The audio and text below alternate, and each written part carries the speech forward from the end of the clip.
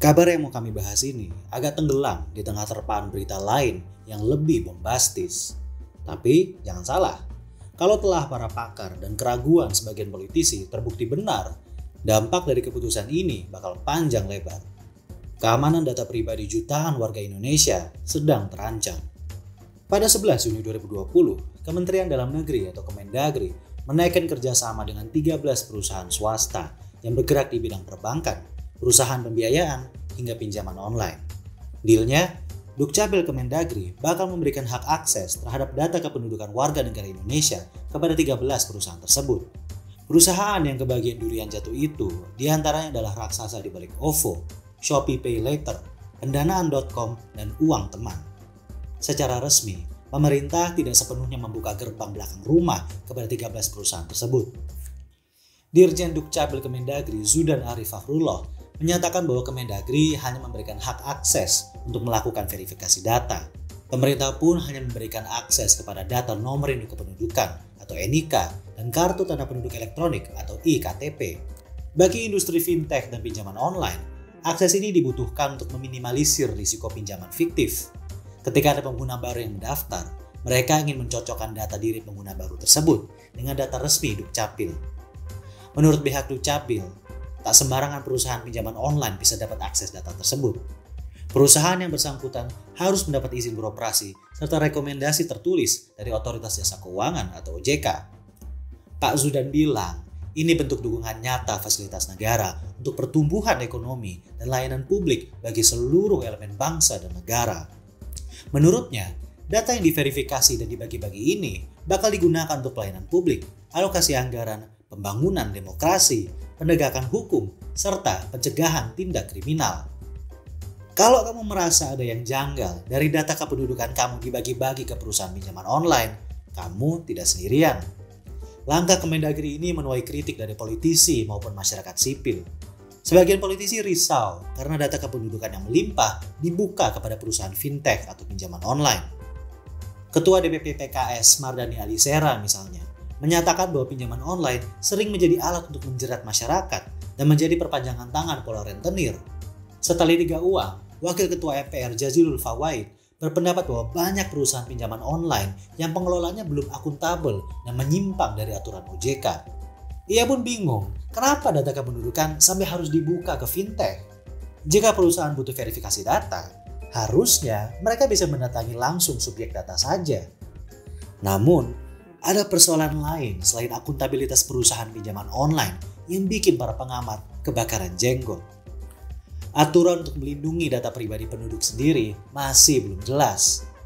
Dukcapil berdalih bahwa langkah ini didasari pada aturan seperti Undang-Undang Nomor 23 Tahun 2006, Undang-Undang Nomor 24 Tahun 2013, Peraturan Presiden Nomor 40 Tahun 2019, dan Peraturan Menteri Dalam Negeri Nomor 102. Tapi, menurut anggota Komisi 1 DPR RI Willy Aditya, berdasarkan pasal 26 Undang-Undang ITE, harusnya Kemendagri mendapat persetujuan dari subjek data itu sendiri sebelum membagikan data kependudukan ke pihak ketiga. Berhubung data yang dibagi adalah data kependudukan, artinya Kemendagri harusnya minta izin dulu pada warga yang terdaftar di Dukcapil, alias kita semua. Pengecualiannya cuma satu, bila data itu diperlukan banget untuk keamanan dan ketahanan negara. Sedangkan ngerengekan fintech tentu tak ada korelasinya dengan ketahanan negara. Jadi menurut Willy, buat apa Kemendagri repot-repot melayani perusahaan dan malah menjebak diri melakukan pelanggaran hukum? Persoalannya, menurut penelitian Elsam, aturan yang ada untuk melindungi data pribadi saja masih saling kontradiksi. Menurut PP Nomor 71 Tahun 2019 tentang penyelenggaraan sistem transaksi elektronik atau PSTE, pemrosesan data pribadi seperti pemberian akses verifikasi ke pihak ketiga harus dilakukan dengan sepengetahuan dan seizin subjek data. Namun, menurut pasal 79 dan 58 Undang-Undang Nomor 25 Tahun 2013 tentang administrasi kependudukan atau Adminduk, data boleh dibagi asal untuk kebutuhan pelayanan publik. Ini bukan satu-satunya aturan yang saling bertabrakan soal keamanan data pribadi penduduk Indonesia. Ada ketidakharmonisan nih peraturan pelindungan data pribadi Indonesia. Di satu sisi undang-undang yang satu bilang A, yang satu bilang B. Ini undang-undang Adminduk sendiri berbeda aturannya di PP PSTE. Kasus lain sebenarnya ketidakharmonisan soal pelindungan data pribadi ini kita bisa lihat di kasus kebocoran data KPU. Di Undang-Undang Adminduk disebutkan bahwa data kependudukan itu memang diproses harus secara terbatas dan untuk kepentingan publik dan harus tertutup, harus dijaga kerahasiaannya dan segala macam. Sedangkan di Undang-Undang Pemilu disebutkan bahwa data kependudukan itu dapat dimanfaatkan atau dibuka sepanjang untuk kepentingan transparansi berjalannya pemilu. Karena aturan soal pelindungan data pribadi masih tercecer, pengamat maupun politisi merasa tindakan Kemendagri gegabah. Mardhani Alisera menyatakan bahwa selama belum ada regulasi yang mengatur tentang fintech ilegal, Kemendagri seperti bermain api. Ia pun menyoroti fakta bahwa RUU Perlindungan Data Pribadi yang harusnya ada untuk meluruskan persoalan semacam ini malah macet terus pembahasannya di DPR. Regulasi bertambah penting sebab rekam jejak swasta dalam melindungi data pribadi konsumennya masih buruk. Pengamat keamanan internet Alphonse Tanujaya memperingatkan Kemendagri bahwa banyak perusahaan fintech abal-abal tak ragu melanggar aturan privasi ketika nasabah gagal bayar.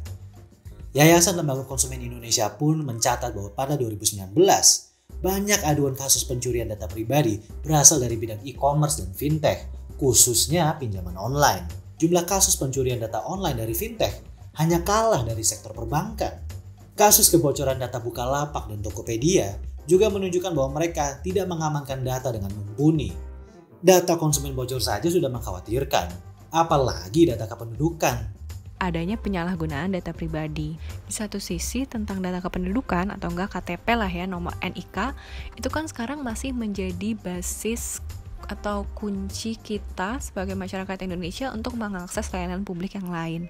Bila insiden serupa kebocoran Bukalapak dan Tokopedia terjadi lagi pasca kerjasama Dukcapil ini, Kemendagri bakal menghadapi sorotan tajam dari DPR maupun masyarakat. Apakah Kemendagri sedang bermain api dengan data ratusan juta penduduk Indonesia?